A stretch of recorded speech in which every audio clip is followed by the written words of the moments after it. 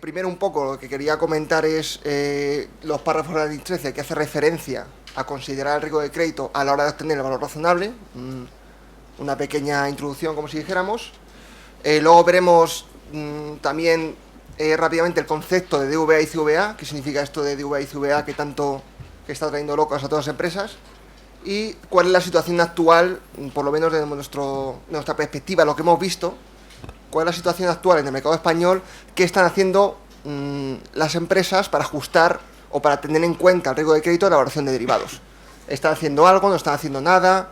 ¿Qué están haciendo las grandes empresas, las pequeñas, etcétera? Y luego veremos ya al final también una pequeña introducción a qué efecto tiene esto del riesgo de crédito de la valoración de derivados en la contabilidad de coberturas, ¿vale? Es un poco los 4 puntos que vamos a ver. Bueno, ya sabéis todos que la NIF 13 es la norma de valor razonable que entró en vigor a partir de 1 de enero de 2013. Es un poco el marco conceptual del valor razonable que sirve como referencia cuando otra norma del ámbito de las NIF te obliga o te permite obtener el valor razonable de algo, presentar el valor razonable del balance o desglosar el valor razonable, ¿no? El IAS Board pues, sacó la NIF 13 con el objetivo de reducir la complejidad, de que haya una única guía de valor razonable para todas las NIF, de incrementar los desgloses con respecto al valor razonable, sobre todo nivel 3, y de incrementar la convergencia con US GAAP, que ya pues en su día sacó el FRAC 157, actualmente el TOPIC 820, ¿no? Un poco, pues, ya digo, rápidamente, el riesgo de crédito en la NIF 13. Pues bueno, y centrándose en instrumentos financieros, porque ya sabéis que la NIF 13 aplica tanto a instrumentos financieros como a otros elementos no financieros, ¿no? Pero bueno, centrados en instrumentos financieros, el riesgo de crédito de la NIF 13. Pues bueno, en general, por la NIF 13, más o menos, en varios párrafos, pues te dice pues que a la hora de valorar un activo financiero, y aquí está el tema, a la hora de valorar un pasivo financiero, a la hora de obtener el valor razonable de un activo de un pasivo financiero, hay que tener en cuenta el riesgo de crédito, ¿vale? Hay que tenerlo en cuenta, pues es un factor que los participantes en el mercado tendrían en consideración a la hora de establecer lo que llama el precio de la transacción. Ya sabéis que la NIF 13, la filosofía de la NIF 13 es el exit price, de sacar en un activo cuánto me darían por vender un activo, y en un pasivo cuánto tendría que pagar yo por transmitir ese pasivo a una transacción hipotética. Pues en esa transacción se tenía en cuenta el riesgo de crédito, pues hay que tenerlo en cuenta a la hora de obtener el valor razonable, ¿no? Y yo os digo, deja claro la NIF 13 que, bueno, antes algo también más o menos estaba claro, pero ya en la NIF 13 deja aún más claro que a la hora de valorar pasivos financieros también hay que tener en cuenta el riesgo de crédito. En este caso, curiosamente, el riesgo de crédito de la propia entidad que valora el pasivo financiero. En varios sitios, ya os digo, la NIF 13 hace referencia al riesgo de crédito, a considerar el riesgo de crédito en la valoración de los instrumentos financieros. Por ejemplo, pues entre los inputs de nivel 2 habla de diferenciales de crédito, también podría ser un input de nivel 3 en caso de que no sea observable. Cuando habla de el descuento de flujo de caja como técnica de valoración, habla de lo que aspectos a tener en cuenta, habla de el precio por soportar incertidumbre inherente a los flujos de efectivo, es decir, una prima de riesgo, en el apartado D. Para un pasivo, el riesgo de incumplimiento relacionado con dicho pasivo, incluido el propio riesgo de crédito de la entidad, ¿vale? Estoy diciendo varios sitios de la NIF 13 en el, ya os digo, que hace referencia, pues que en general, tanto para valorar un activo financiero como para valorar un pasivo financiero, hay que tener en cuenta el riesgo de crédito. A la hora de valorar un activo financiero, el riesgo de la contraparte, el riesgo de crédito de la contraparte, y a la hora de valorar un pasivo financiero, el riesgo de crédito propio, que es un poco lo que a lo mejor es más difícil de ver. En cuanto a pasivo financiero, ya os digo, la NIF 13 deja claro que a la hora de valorar o de obtener el valor razonable de un pasivo financiero, hay que tener en cuenta el propio riesgo de crédito, ¿vale? Es algo que ya lleva un tiempo hablándose. De hecho, cuando habla de valorar pasivos financieros, la NIF 13 te dice que, bueno, que la filosofía de la NIF 13 es un poco cuál sería, qué precio tendrías que pagar para transmitir el pasivo financiero a otro que continúa con la obligación, ¿vale? Y asume que el riesgo de crédito es el mismo antes y después de esa transmisión. Pero bueno, también dice que, pues en muchos casos, no hay mercado o no existe mercado para transmitir el pasivo, pero sí para ese mismo instrumento como activo. Por ejemplo, si Telefónica ha emitido un bono y tiene que valorarlo a valor razonable por X razones, ya sea porque está valor razonable o para desglosar su valor razonable, pues a lo mejor no hay mercado para ese pasivo como tal, o no cotiza, pero sí cotiza como activo, porque los que compran en bono y venden en bolsa, pues ahí pagan un precio. Pues te dice que ese precio se puede tomar referencia para valorar el pasivo, el precio de ese instrumento como activo. En otras palabras, que hay que considerar el riesgo de crédito de la entidad. Aquí surge el famoso tema de que, tan debatido y tan cuestionado y tal, de que cuando valoras un pasivo financiero a valor razonable y el spread de crédito de la entidad sube o la entidad empeora de forma crediticia, pues el pasivo vale menos, pero claro, como es un pasivo, menos pasivo, ingreso. Y cuando la entidad tiene mejor calidad crediticia o va mejor, el pasivo vale más, pero claro, no, creo que lo he dicho al revés. Lo he dicho bien. El pasivo vale más y entonces es gasto, ¿no? Entonces, bueno, ese es el tema, un poco la paradoja que se suele ver con los pasivos, que funciona justamente al revés que los activos, ¿no? Pero bueno, el tema es que la NIS 13 deja claro que a la hora de valorar pasivos hay que tener en cuenta el propio riesgo de crédito. A la hora de valorar pasivos, a valor razonable, cuidado. Que yo esto lo comento a empresas y dices, joder, todos mis pasivos ahora, tengo que meter mi propio riesgo de crédito. No, esos son los pasivos que van a valor razonable. Si va a coste amortizado, pues ya está, vengan los intereses y no hay más. Esto es solo para los pasivos que van a valor razonable. O bien, porque está en la categoría de negociación, por ejemplo, derivados. O bien, porque están en Fair Value Option, que es carteras de emisión de algunos bancos. O bien, porque se desglosa el valor razonable en la memoria, que eso es algo que se tiene que hacer con los pasivos financieros.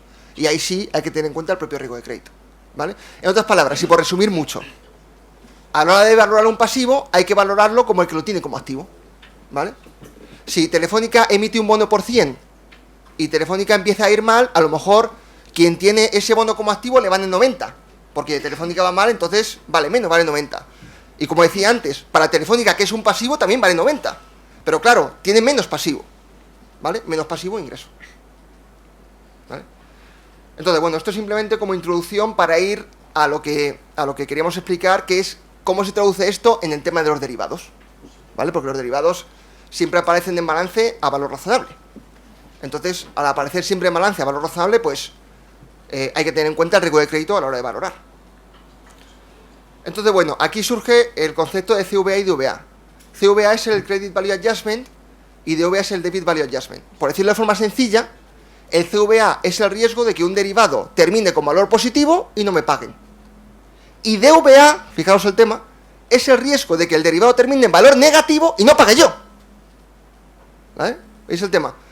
El CVA es el riesgo de que el derivado termine con valor positivo y no me paguen, y DVA es el riesgo de que el derivado termine con valor negativo y no pague yo, ¿vale?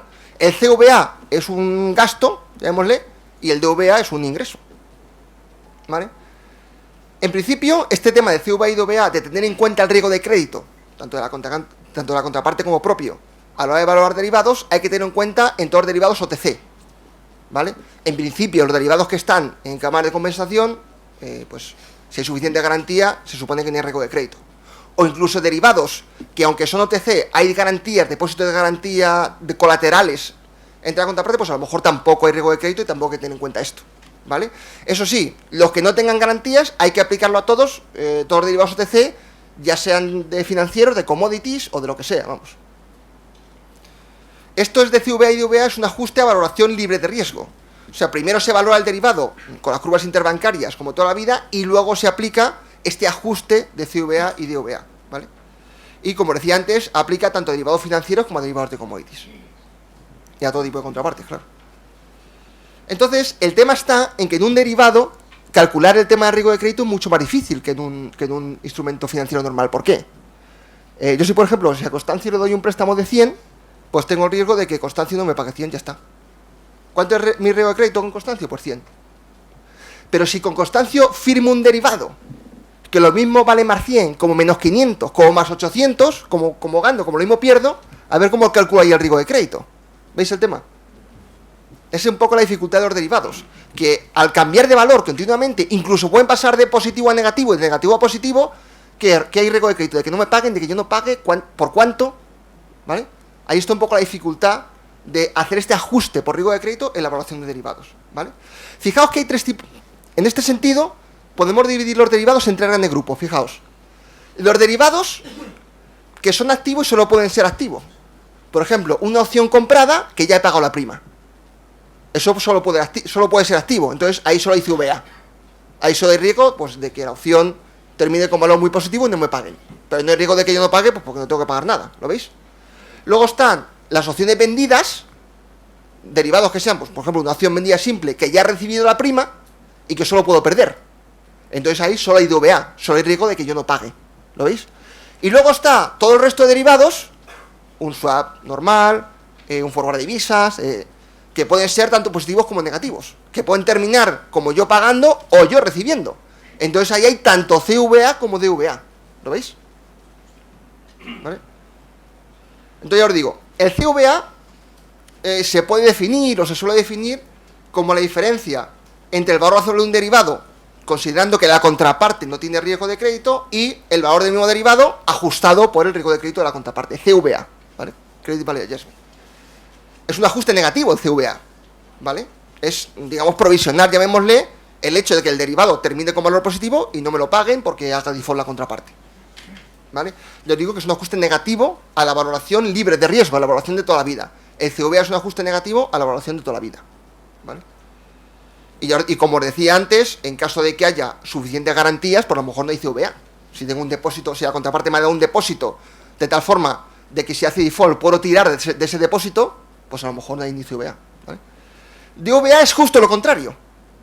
DVA es la diferencia entre el valor de un derivado, considerando que yo no tengo riesgo de crédito, ¿vale? Y el valor del mismo derivado considerando mi propio riesgo de crédito, ¿vale? Es un ajuste positivo. Ahí está un poco la paradoja. Es un ajuste positivo. Cuanto más riesgo de crédito tengo, más positivo el ajuste, ¿vale?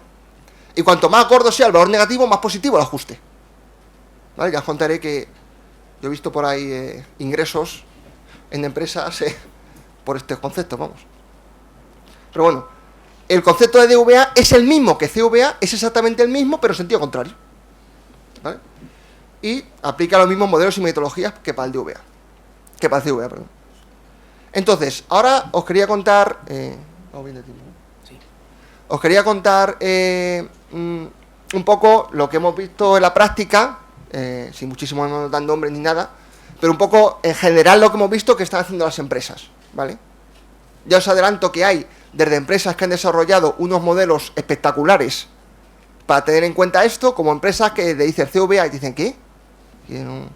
¿Vale? O sea que hay de todo en el mercado.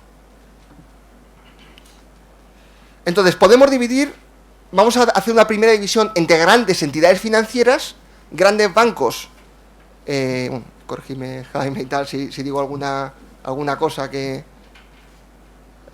mal, ¿vale? Los que seáis de bancos, ¿qué hacen los grandes bancos versus qué hacen los corporates, ¿vale?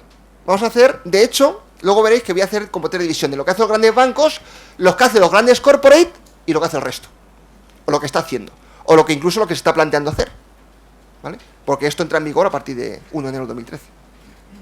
Y luego veremos cómo afecta esto a la contabilidad de coberturas. Grandes entidades financieras, pues lo que hemos visto tal, incluso con encuestas que ha hecho Ernst & Young, es que básicamente los bancos han calculado el CVA pues toda la vida. De hecho, cuando un banco te vende un derivado, pues te cobra el CVA, que es tu DVA, ¿vale? Te cobra un importe pues, por el riesgo de crédito, por tu riesgo de crédito, ¿vale? Hasta ahora los bancos el CVA más o menos lo estaban calculando. Lo que no estaban calculando era el DVA, pero ahora lo están empezando a calcular para este requisito contable, ¿vale? El CVA hasta ahora más o menos se calculaba, ahora el DVA también se está empezando a calcular para este requisito contable, ¿vale? De hecho, bueno, hay una encuesta de Ernst & Young a 19 bancos de hace poco y todos los 19 estaban calculando CVA y 13 el DVA, ¿vale? O sea que más o menos los grandes bancos están todos calculando este efecto. Ya os digo, el CVA se ha calculado de toda la vida para el propio precio del derivado y ahora se está calculando el CVA, que ya está calculando, y el DVA, pero ahora ya para un tema de la NIF 13, para este requisito contable. ¿Qué hace la grandes entidades financieras? Bueno, las grandes entidades financieras hacen el típico método de exposición esperada por la probabilidad de default. Entonces, por resumirlo y verlo de forma sencilla, pues lo primero que se suele hacer es agrupar por carteras, agrupar por contrapartes, quiero decir, con las que se tiene un acuerdo ISDA. Pues si por ejemplo Santander tiene un montón de derivados con red eléctrica, por decir algo, si Santander tiene un montón de derivados con red eléctrica, a lo mejor unos positivos y unos negativos, a lo mejor hay un acuerdo ISDA que dice que si hay default por una de las partes, solo se liquida el neto. Entonces el riesgo es la posición neta. ¿Vale? Entonces, por posición neta, aunque detrás hay muchos derivados, lo que se hace es proyectar cuánto puede valer esa cartera de aquí a vencimiento. ¿Vale? Entonces, se suele hacer por Monte Carlo una serie de escenarios. Por ejemplo, el derivado hoy vale 10. Tengo un derivado solo con una contraparte. Hoy vale 10. Pues puede pasar a valer 100, a valer 90, a valer 110, a valer menos 10, a valer menos 40, a valer... ¿Vale? Se hace una serie de simulaciones de por dónde puede ir el valor del derivado de aquí a vencimiento. ¿Vale? Eso es lo primero que hacen los bancos. Claro, eso quiere decir valorar muchas veces el derivado con muchos escenarios. Entonces, el derivado empieza por debajo, lo veis que empieza por debajo de 0. Este, por ejemplo, empieza en negativo. Entonces, de ahí a vencimiento, pues puede pasar un montón de cosas, ¿vale? Se hacen simulaciones aleatorias como Monte Carlo, por ejemplo. ¿Vale? Entonces, lo que se hace es dividir como el tiempo en periodos. Fijaos que aquí lo he dividido, creo que en trimestres, ¿vale? Dividir el tiempo en trimestres, ¿vale? Por ejemplo, en el año 575, ¿vale? En cada trimestre, fijémonos en el 575, se hace la media de los valores positivos. Esa media de los valores positivos multiplicado por la probabilidad de default en esa fecha, condicionada a que no se haya hecho antes, es el CVA. Y la suma de todos los trimestres es el CVA. Para el DVA es al revés. Te coge la media de los valores negativos en cada momento. ¿Vale? Y en cada trimestre, la media de los valores negativos por la probabilidad de default es el DVA. Y la suma de todos es el DVA total. O sea, es la fórmula. Bueno, 1 menos R, que es 1 menos la tasa de recuperación. Supone que ese default se puede... pues a lo mejor no pierdes todo. Entonces, se asume que la tasa de recuperación es el 40% por defecto, porque en los CDS se asume eso y bueno, se toma eso como norma general. Entonces, se multiplica el 60% por el sumatorio de la exposición media de cada momento por la probabilidad de default de cada momento, DF descontado, y la suma de todo eso es con los valores positivos el CVA y con los valores negativos el DVA, ¿vale? Entonces los bancos esto lo tienen bastante pillado, como si dijéramos. Son modelos bastante avanzados, bastante buenos, y que ya... Aquí un poco lo que se está discutiendo y lo malo es sacar la probabilidad de default. Entonces, bueno, porque al hacer lo otro, pues más o menos, si tienes sistemas robustos, es más o menos fácil. El tema es sacar la probabilidad de default. Entonces, bueno, hay de todo. Si la contraparte tiene CDS, pues bueno, ya está, no hay más tu tía coger el CDS. Si no hay CDS, pues ya, si la contraparte tiene rating, pues mira, a lo mejor puedes asociar el rating con una probabilidad de default, hay matrices. Si no tiene rating ni nada, pues puede ver a ver si hay una deuda cotizada y un spread y de ahí inferir la probabilidad de default. Si no, a lo mejor te puedes ir a lo mejor comparables y sacarlo por comparables, sacar una especie de rating teórico y compararlo con comparables. Ya es muy artesanal. Si no hay datos de mercado, ya es totalmente artesanal. Entonces, bueno, partiendo de la fórmula anterior, las grandes entidades financieras calculan el CVA y DVA, ¿vale? Cada tipo de derivado tiene un perfil. Este perfil que habéis visto aquí es un perfil, por ejemplo, de un forward de divisas. Pero un IRS, por ejemplo, el perfil es o sube, o sea, termina en cero. El IRS al final, una vez que estén liquidados todos los flujos, termina en cero. Entonces el perfil es más una curva, para arriba o para abajo. En cambio, un forward de divisas, tal, el perfil es más, pues pasa de 0 a 30, de 0 a 40, de 0 a tal. En cambio, un IRS pasa de 0 a 0. Entonces, sube y baja o baja y sube, ¿no?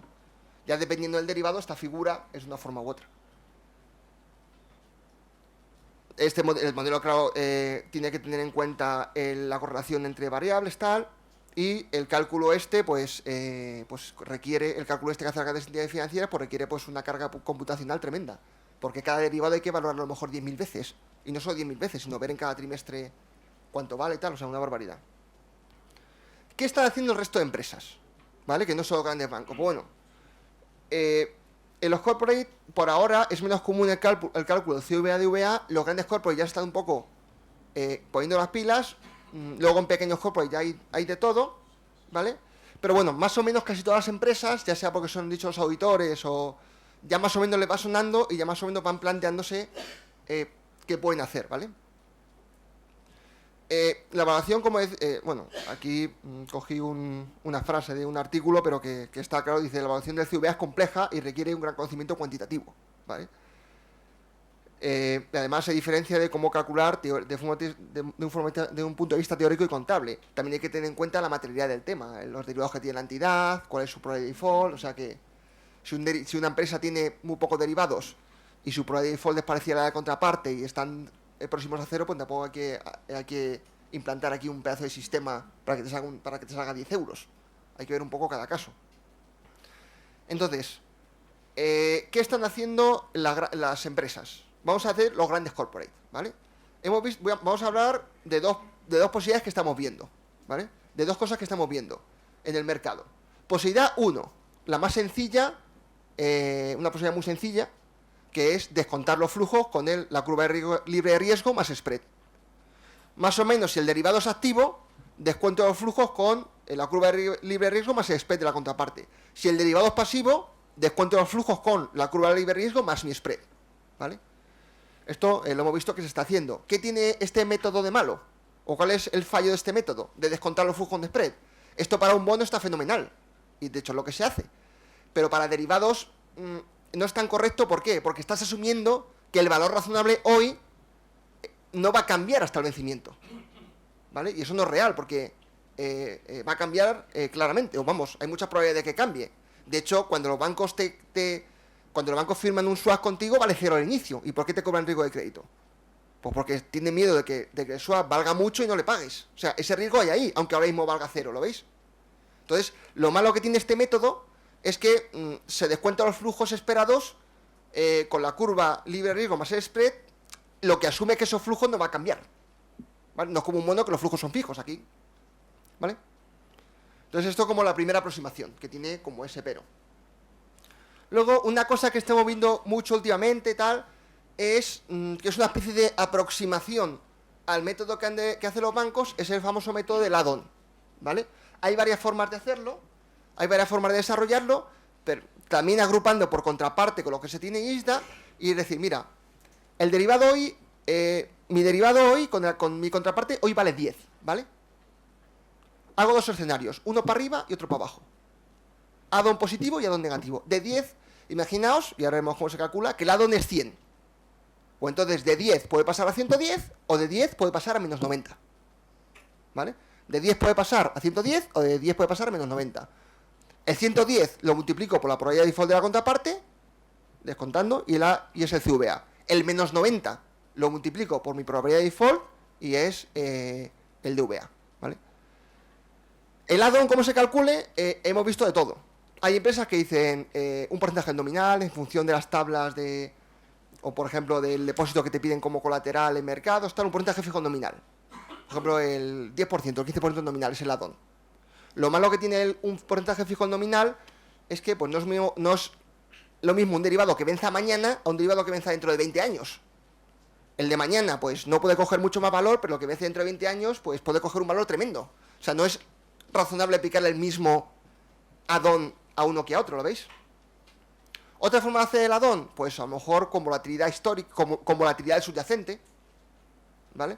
Ver qué volatilidad tiene el subyacente y qué vencimiento tiene, y a partir de ahí calcular a cuánto puede subir, a cuánto puede bajar. Y eso de cuánto puede subir y cuánto puede bajar, también hay varias formas de verlo. ¿Cuánto es lo máximo que puede subir o lo máximo que puede bajar, que sería un punto más conservador? ¿O cuánto es de media, según la volatilidad tal, lo que puede subir, o de media lo que puede bajar? Hay gente que aplica una normal. Entonces lo multiplica por 1,6 tal, que es como un 90% de confianza, ¿vale? Coge el nominal, por ejemplo, un swap de tipo de interés. Coge el nominal, lo multiplica por el tipo de interés, lo multiplica por la volatilidad y lo multiplica por 1,60 y pico, que es como el intervalo de confianza de lo normal, que es que en el 95% o el 90% de los casos el valor no va a subir más de eso, ¿no? Hay varias formas de hacer add-on, ya os digo.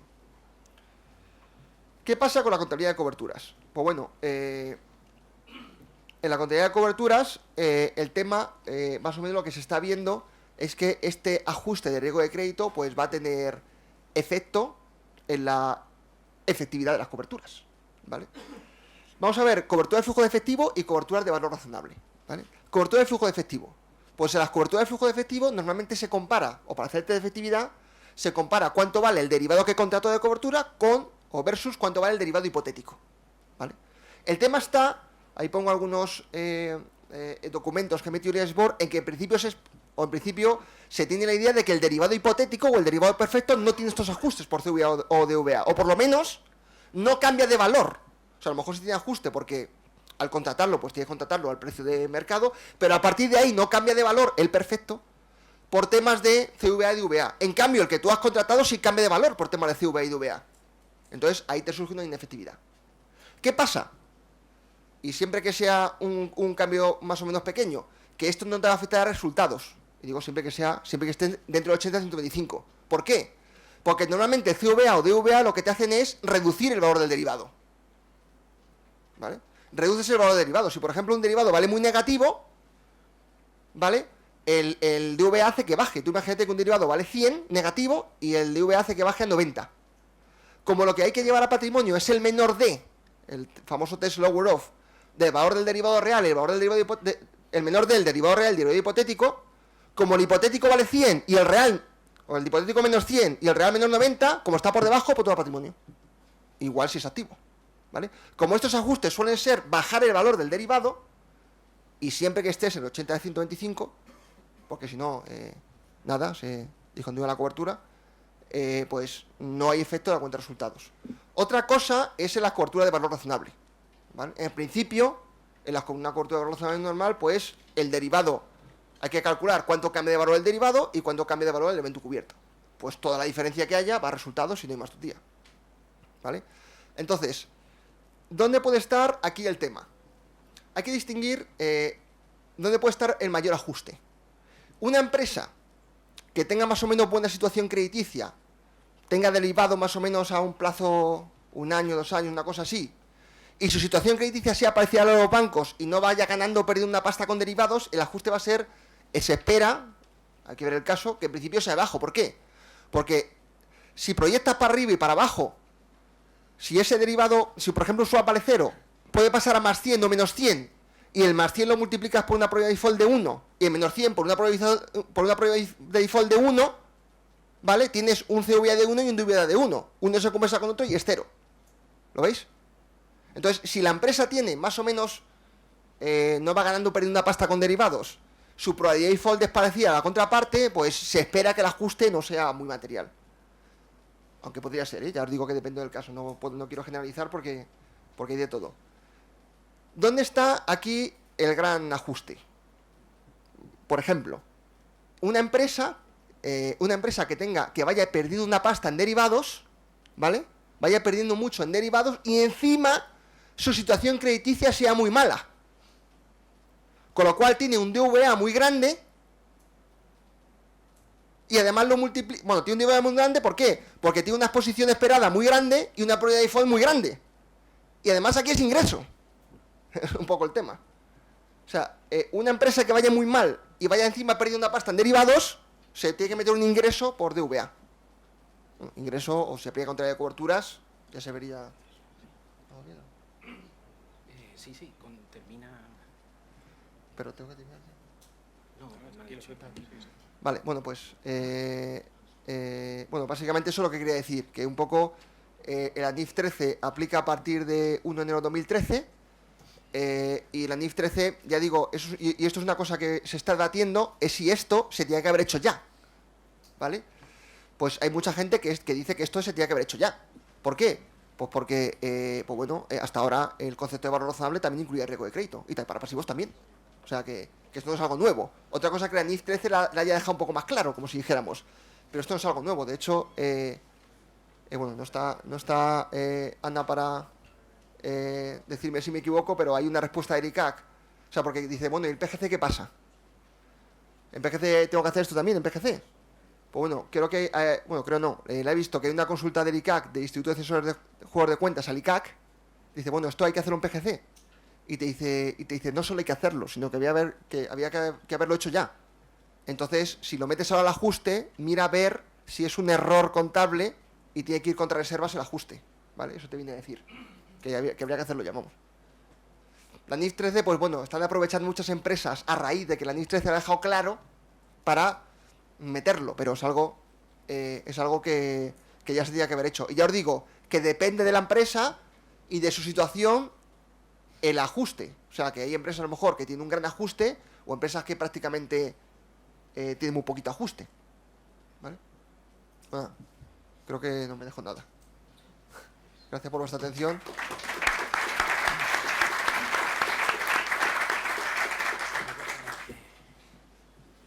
Bien, paso la palabra a Jorge Hinojosa, que nos va a traer las novedades del borrador de coberturas.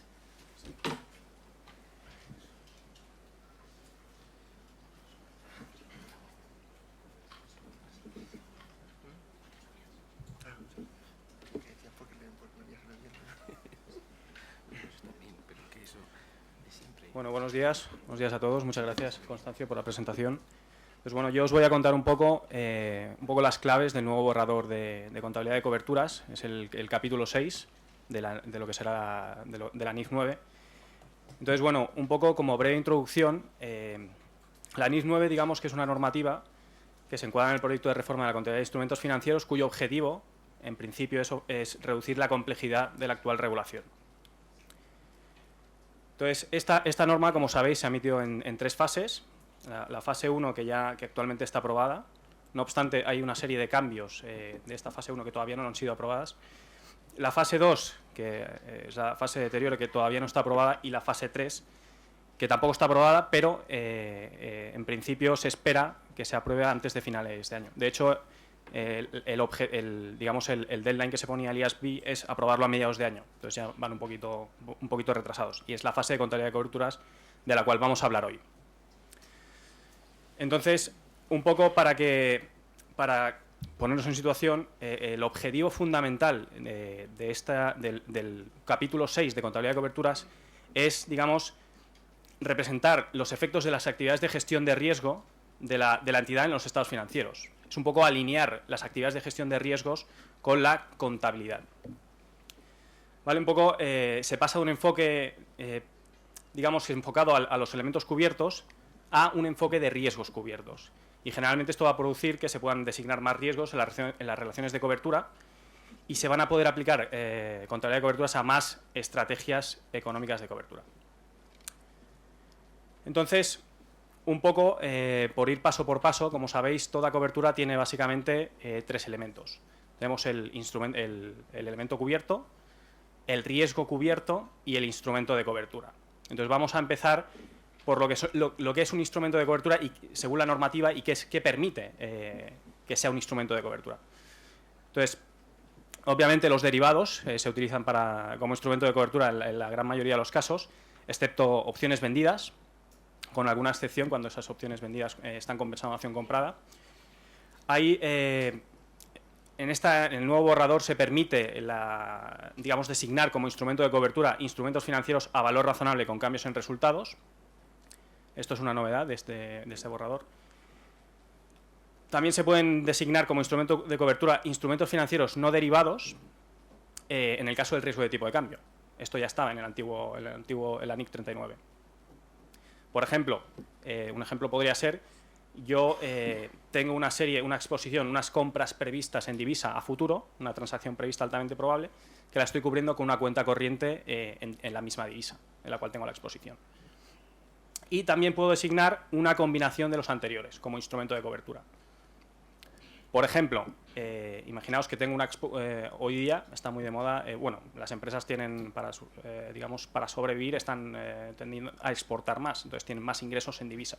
Es una empresa que tiene mucha exposición, tiene ventas previstas en divisa, para poderse cubrir del riesgo de tipo de cambio que está asumiendo con esas transacciones futuras, puede, por ejemplo, endeudarse en dólares o incluso contratar forwards de venta de los dólares a plazo. ¿Vale? Los dólares que van a entrar a futuro los vendo hoy de forma manera que me aseguro el tipo de cambio. Entonces, por ejemplo, sería una combinación de un instrumento no derivado y un derivado como instrumento de cobertura. Otro tema es, el tema de las opciones, combinar 2 opciones, como por ejemplo los collars de tipo de interés, en los cuales tenemos un cap y un floor. Como sabéis, el floor es una opción vendida.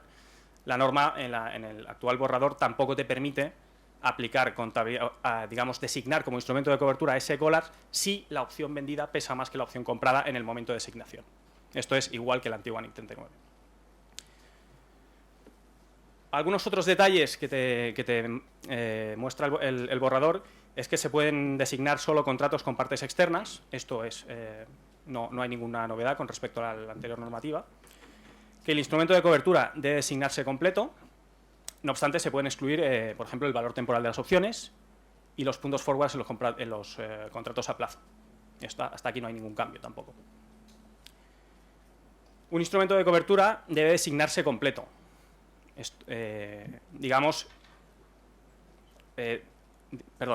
Puede asignarse un porcentaje del instrumento de cobertura, por ejemplo, un porcentaje del nominal. Esto también se permitía en la actual regulación NIC 39.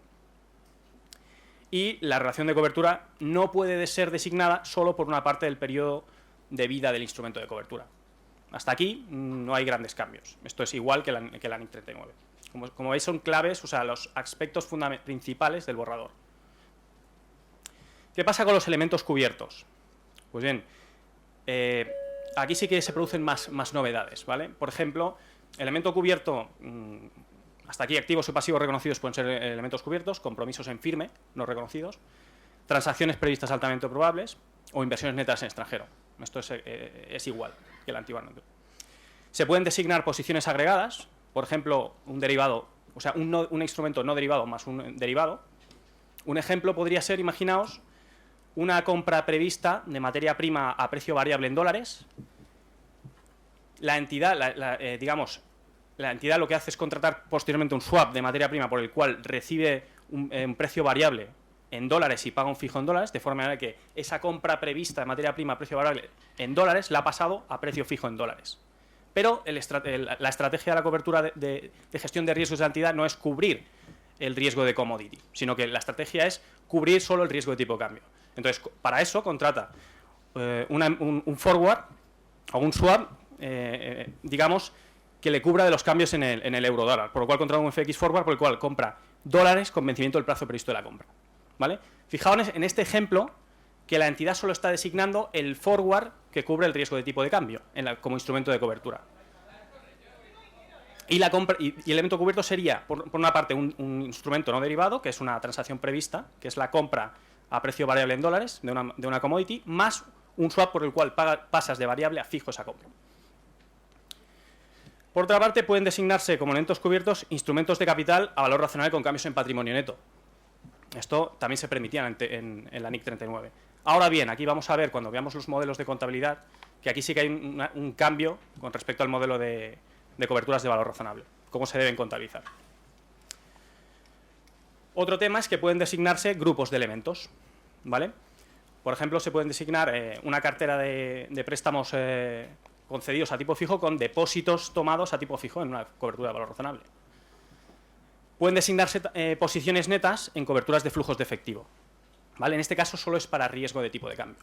El ejemplo clásico, nos encontramos mucho en las entidades, es, por ejemplo, que se cubren, digamos, ventas previstas en divisa a futuro con compras previstas en la misma divisa a futuro. Entonces se cubre ahora la normativa te permite cubrir la exposición neta. Y un tema importante es, un tema fundamental, yo creo, en el caso de los elementos cubiertos, es que se permite cubrir componentes específicos, ¿vale? La norma, cuando te lees el borrador, te habla de que se pueden cubrir layers o, digamos, capas de, por ejemplo, los primeras $100 de ventas previstas del mes futuro que sea. Esto existía en la NIC 39. Ahora bien, en el nuevo borrador, digamos que te permite cubrir componentes específicos de riesgo. Vamos a profundizar un poco más en este aspecto.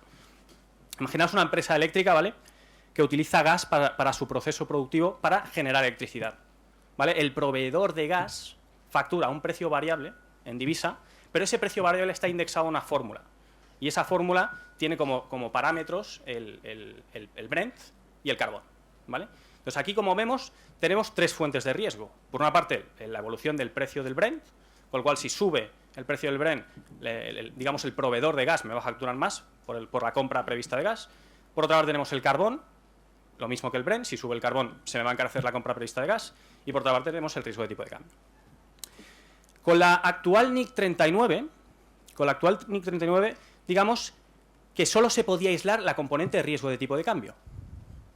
Podíamos hacer dos cosas, o aislar la componente de riesgo de tipo de cambio y cubrir solo la componente de riesgo de tipo de cambio, o, digamos, designar en la cobertura todos los riesgos del instrumento. ¿Vale? Entonces, por ejemplo, esta entidad, lo que hemos visto en la práctica es que podía hacer lo siguiente. Para cubrirse de la compra prevista de gas, contrataba un swap de commodities en el cual cobraba variable Brent, variable carbón y pagaba fijo. De forma que tiene una cobertura de flujos de efectivo que cubría el 100% de los riesgos de la compra prevista. ¿Vale? Ahora, con el borrador, debido a que te permiten, digamos, separar componentes, quizás el objetivo de gestión de riesgos de la entidad es cubrir solo una componente de esa compra prevista. Entonces, por ejemplo, imaginaos que la empresa tiene reservas de carbón y no le preocupa, tiene stocks de carbón y no le preocupa el encarecimiento del carbón, porque puede vender acto seguido y el mercado es líquido, no le preocupa el encarecimiento. Entonces, decide solo cubrir la componente de Brent y para eso contrata un swap de commodities por el cual paga un tipo fijo, paga fijo Brent por barril y recibe un variable. Y ese variable lo paga en la compra prevista.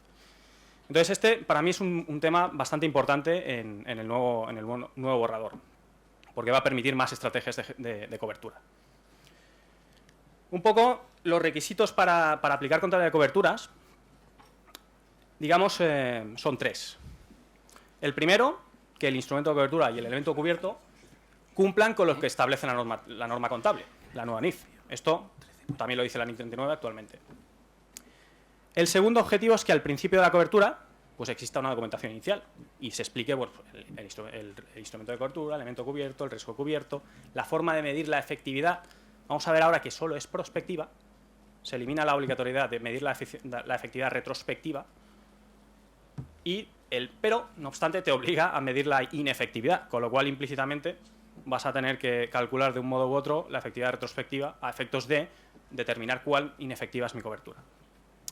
El tercer requisito, y esto es un poco, aquí es donde hay más cambio, es que te establece que, por una parte, tiene que haber una relación económica entre el elemento cubierto y el instrumento de cobertura.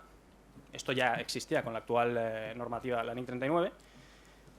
Te dice que los efectos del riesgo de crédito no dominan los cambios de valor que resultan de dicha relación. Esto es importante. Te dice, oye, tú tienes una cobertura, muy bien. ¿Con qué contraparte has contratado ese derivado de cobertura?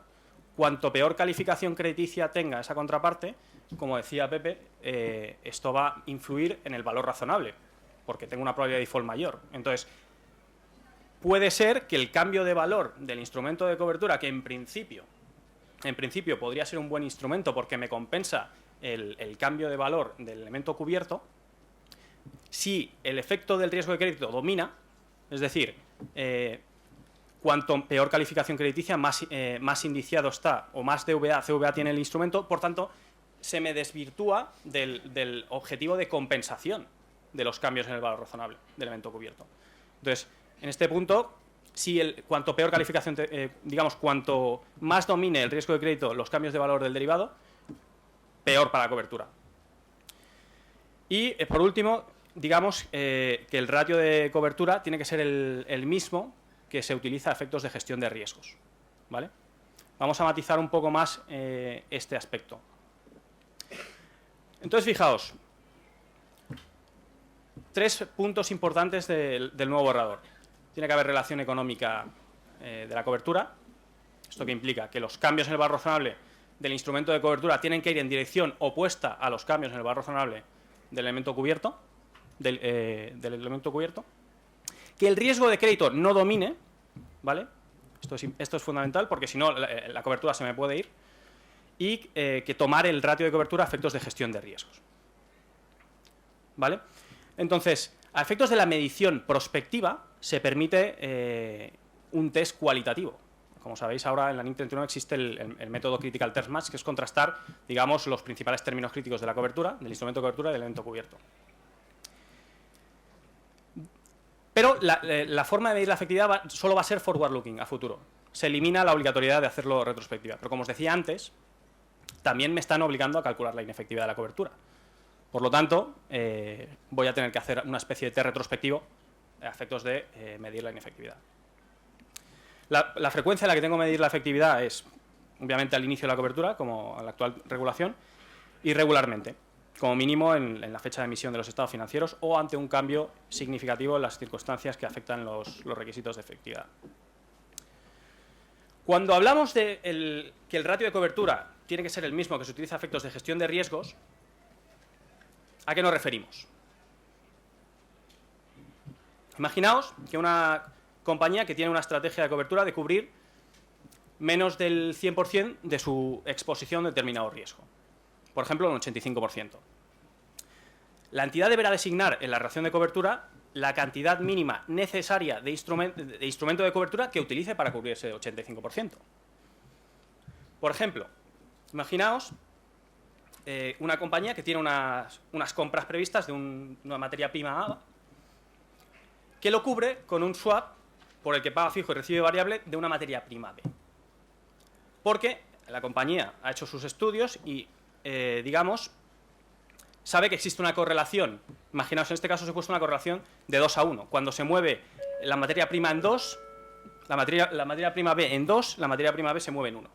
Entonces, el objetivo, como la entidad sabe que existe esta correlación, pues designa en la cobertura, en el instrumento de cobertura, el 50% del nominal. ¿Vale? Esto es importante, las cantidades de nominal. ¿Por qué? Porque al final, cuando se mueva en una unidad, cuando cambie el valor razonable del instrumento de cobertura en una unidad, el cambio de valor del elemento cubierto va a ser en media unidad. Si los nominales no están emparejados a esa circunstancia, pues la cobertura se puede ir.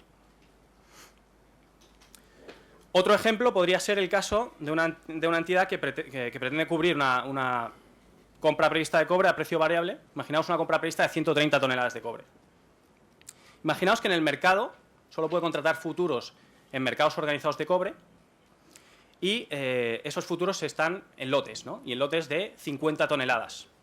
Entonces, la entidad, para cubrir el riesgo que tienen esos 130 toneladas de cobre, contrata 3 lotes por 50. Entonces, fijaos que por un tema simplemente que es operativo y de mercado, no puede ajustarse perfectamente a su objetivo de cobertura, que son 130 toneladas. Entonces, cuando mide la efectividad a efectos de gestión de riesgos, puede que, por este tema de nocionales, se le desvirtúe la efectividad de la cobertura.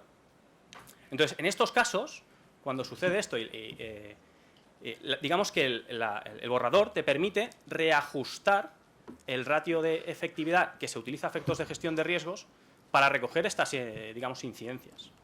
Y evitar que se produzcan inefectividades que, digamos, se han producido por un tema meramente que se escapa de su control.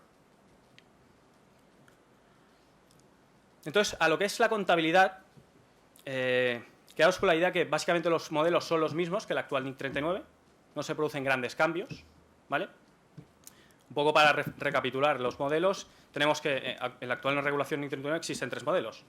La cobertura de valor razonable, digamos que los cambios de valor del instrumento de cobertura se imputan a la cuenta de resultados, ¿vale? Y por la parte del elemento cubierto, los cambios de valor se imputan también a valor razonable contra resultados. Imaginaos una cobertura de un pasivo a tipo fijo que la paso con un swap, recibo fijo y pago variable. Estoy haciendo una cobertura de valor razonable. Ese pasivo, que inicialmente tendría coste amortizado, lo que hago es contabilizarlo a valor razonable con cambios en resultados para machear el cambio de valor del derivado. Aquí hay un cambio respecto al modelo anterior, como se ha avanzado antes, que es en el caso de una cobertura de una cartera de activos a valor razonable con cambios en patrimonio neto, ¿vale? En la actual NIC 39, cuando yo hago una cobertura de valor razonable, el instrumento de cobertura no cambia la norma contable con respecto al tratamiento general. Los cambios de valor se imputan a resultados. Y lo que cambio es la norma contable del evento cubierto. De valor razonable contra patrimonio, lo paso a valor razonable contra resultados. En el actual borrador de coberturas, lo que pasa es lo contrario. Lo que se cambia es la norma contable del instrumento de cobertura, pasando los cambios de valor del derivado contra patrimonio para compensar los cambios de valor del elemento cubierto. Por lo que respecta a la cobertura de flujos de efectivo, digamos, no hay cambios. Digamos, el derivado los cambios de valor del derivado se imputan a la cuenta de patrimonio neto por la parte efectiva y el elemento cubierto no cambia la norma contable. Esto continúa igual. Y por parte de la cobertura de inversiones netas, igual. El cambio de valor del derivado se imputa a patrimonio neto digamos, ese patrimonio neto se reclasifica a la cuenta de resultados en el momento en que se vende la participación. ¿Vale? Como os he dicho antes, si bien no hay que medir la efectividad retrospectiva, me obligan a medir la inefectividad de la cobertura. Con lo cual, actualmente los modelos más utilizados para medir la inefectividad es el método llamado dollar offset, que consiste para coberturas de flujos de efectivo, por ejemplo, que consiste en comparar los cambios de valor del derivado real con los cambios de valor del derivado hipotético, que sería el derivado perfecto que se ajusta perfectamente a mi elemento cubierto. Entonces, ese método, para medir la inefectividad en coberturas de flujos de efectivo, lo voy a tener que seguir aplicando, porque es el que mejor me da un indicio de cuán inefectiva ha sido la cobertura. Ya imaginaos un derivado, una cobertura de flujos de efectivo, que el derivado real pasa de 0 a menos 100 y el hipotético pasa de 0 a menos 99, pues ahí tengo una inefectividad de menos 1, porque en el derivado real, digamos que me he pasado una unidad en la cobertura. Ese es el llamado método el test del menor D que comentaba Pepe anteriormente. Un cambio que también es importante en el borrador de coberturas es el tratamiento contable del valor temporal de las opciones cuando se excluyen de la cobertura y de los puntos forward en contratos a plazo cuando se excluyen de la cobertura. Como sabéis, bajo la actual NIC 39, los cambios en el valor temporal y en los puntos forward se llevaban directamente a la cuenta de resultados. Bajo la nueva normativa, bajo el nuevo borrador, se van a imputar a patrimonio neto, ¿vale?, en todos los casos, y, digamos, se van a descargar de patrimonio neto en función de lo que estaban cubriendo. Por ejemplo, si lo que se cubría es un elemento no financiero, una transacción prevista de una compra prevista en un inmovilizado, pues esos cambios en patrimonio neto se van a ajustar al valor en libros del activo cuando lo compre. En el resto de casos se van a ir descargando de patrimonio neto en función de cuando el elemento cubierto afecta a resultados. ¿Vale? Si lo que estaba cubriendo es un pasivo a tipo variable con un cap de tipo de interés y es separado del valor temporal, ese valor temporal que registro en patrimonio neto se va a ir descargando a medida que la transacción, digamos, pago los flujos de intereses en el préstamo que estoy cubriendo. Y ya por último, y para dejar un tiempo a preguntas y debate, el tratamiento de las reestructuraciones, ¿vale? Digamos que con la actual normativa, las reestructuraciones, ya no hay requisitos tan estrictos, ¿vale?, como en la actual normativa. Te dice el borrador que si una relación de cobertura deja de cumplir los requisitos de efectividad con respecto al ratio de cobertura, pero el objetivo de gestión de riesgos no ha cambiado, lo que tengo que hacer es reajustar el ratio de efectividad. Si el objetivo no ha cambiado, reajusto el ratio de efectividad. Y eso no conlleva tener que discontinuar la cobertura. Hasta ahora había que discontinuar la cobertura. Pues, por ejemplo, en reestructuraciones, me tengo que plantear una serie de preguntas cuando se produce una reestructuración. Primero, ¿ha cambiado el objetivo de gestión de riesgos? Si ha cambiado, discontinúo la cobertura. Si no ha cambiado, me hago la siguiente pregunta. ¿Hay una relación económica aún? ¿Todavía continúa la relación económica entre el elemento cubierto y el instrumento de cobertura? Si ya no existe, discontinúo la cobertura. Si sigue existiendo esa relación económica, me hago otra pregunta. ¿El efecto del riesgo de crédito domina los cambios de valor que resultan de la relación económica? El efecto del riesgo de crédito en el derivado. Si es que sí, pues ese derivado no me sirve en la cobertura, tengo que discontinuar. Si es que no, me hago la última pregunta. ¿Hay un desequilibrio en el ratio de cobertura que crearía inefectividad? Si es que no, continuamos con la cobertura. Si es que sí, el rebalancing que llaman, que es intentar hallar un ratio que se adecue, un ratio de cobertura a efectos contables que se adecue a mi objetivo de gestión de riesgos. Por último, no se permiten las discontinuaciones de coberturas voluntarias, ¿vale? Entonces, si cumplen los requisitos para aplicar control de coberturas, no puedes voluntariamente dejarlos de aplicar. Este es un tema importante. Y en principio, estos son digamos, los puntos clave del nuevo borrador de coberturas. Es muy extenso, entonces probablemente nos habremos dejado algo, pero hemos intentado sintetizarlo lo máximo posible. Bien, muchísimas gracias, Jorge.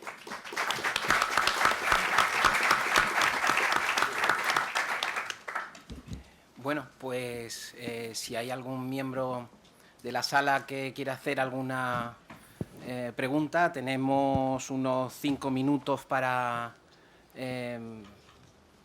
poder hacer... Sí, Felipe, por favor. Sí. Pepe, una pregunta me surge. Efectivamente, según nos has contado, el tema de riesgo de crédito propio en los pasivos, aunque ahora ha quedado más claro con la NIF 13, pero ya de alguna manera estaba, o sea, con la NIF 13 estaba ya en la NIF 39, ¿no? Entonces, el hecho de que ahora empiecen a hacerlo algunas empresas, me preocupa un hecho. Tengo entendido que la NIF 9, en su versión actual, aunque todavía no ha sido adoptada por la Unión Europea, establece que los cambios en el riesgo propio vaya a patrimonio neto. Y esta NIF, aunque no está aprobada por la Unión Europea, sí está aprobada por el IASB. ¿No parece un poco incongruente que justamente empiecen a hacerlo ahora cuando se avecina un cambio de que no puede ir a resultados? Efectivamente, tienes razón. Lo que dice la NIF 9, la fase 1, es que cuando tú valoras un pasivo valor razonable, pero porque está en Fair Value Option, ¿vale? Solo si está en Fair Value Option, los cambios en el propio riesgo de crédito van a patrimonio neto en vez de resultados, y excepto si crea una asimetría contable, ¿vale? Eso es lo que dice la NIF 9. Y de hecho, fíjate cómo está el tema, que, bueno, sabes que en julio se decidió tentativamente, porque la NIF 9 sabéis que la fase 1 ya se puede aplicar de forma anticipada. Se puede aplicar tanto la NIF 9 2009 que se llama, o la NIF 9 2010. Entonces, en julio se decidió tentativamente permitir a las empresas que apliquen anticipadamente solo eso. Solamente esa parte de que cuando un pasivo está en la Fair Value Option, la parte del propio riesgo de crédito vaya a patrimonio. Pero solo en la Fair Value Option. En derivados, cartera de negociación, no. Solo en la Fair Value Option. No sé si es incoherente, pero lo que la NIF 13 donde va es a concepto de valor razonable. O sea, la NIF 13 lo que va es a lo siguiente. Es a decir, que podrá ser erróneo o no, pero dice, mira, si tú tienes si Telefónica emite un pasivo o emite un bono por 100, ¿vale? Y su valor en el mercado es 90. No tiene sentido que el que lo tenga como activo lo valore por 90 y Telefónica lo valore por 100, si es el mismo instrumento. Eso es un poco a donde va. O sea, la NIF 13 solo habla de valor razonable. Luego ya cada norma se meterá a si hay que contabilizar cosas de valor razonable, si como la NIF 9 hay que meterlo la parte del riesgo de crédito a patrimonio para que no haya efectos raros. Pero la NIF 13 lo que es el concepto de valor razonable. Dice que conceptualmente un pasivo pues tiene que tener en cuenta el propio riesgo de crédito, porque si no, no sería valor razonable. Si no, sería otro valor distinto, ajustado, llámale, pero no sería valor razonable.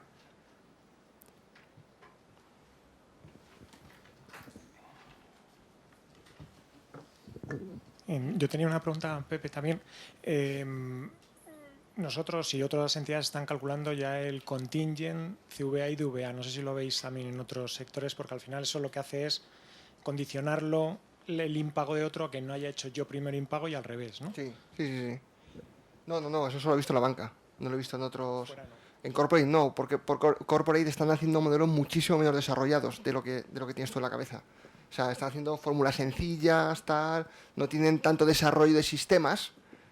Bueno, hablo en general, no tienen tanto desarrollo de sistemas, como, o sea, demasiado tienen, como que meten un add-on y multiplica con la probabilidad de default para ponerse a condicionar en periodos temporales. O sea, que no, solo está en banca eso que tú dices.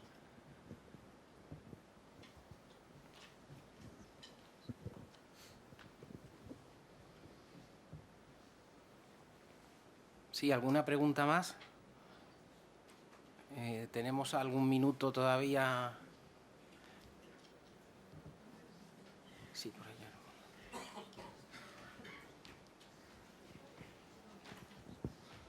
Hola, buenos días. Mi pregunta era un poco muy parecida a la que comentaba un poco Felipe. comentabas los últimos temas que indicabas acerca de la consulta del ICAC sobre el impacto del ajuste en riesgo de crédito en patrimonio neto, el efecto en patrimonio neto. Entiendo que por lo que indicabas antes, en el impacto en cuenta de resultados iba un poco por la ANIC 8, por el cambio de estimaciones. Eso es. Cambio de estimaciones en el valor razonable de instrumentos financieros. ¿Cómo lo interpretaríais vosotros? ¿Como una modificación en un cambio de estimación en el valor razonable y por tanto iría a O como un error, ¿no?